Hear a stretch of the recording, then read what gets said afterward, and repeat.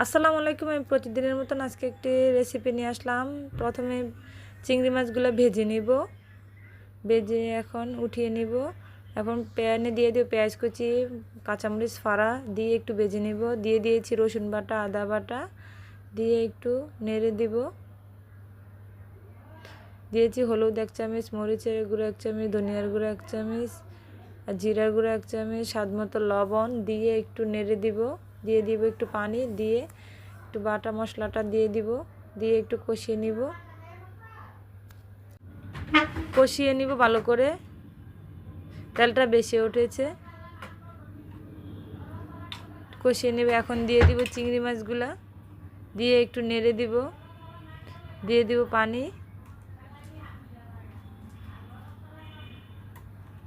দিয়ে দিব উপরে কাঁচামরিচ ফাড়া, দিয়ে দিব উপরে ধনিয়া পাতা ছিটা, একটু নেড়ে দিব। হয়ে আসছে আমার চিংড়ি মাছ ভুনা।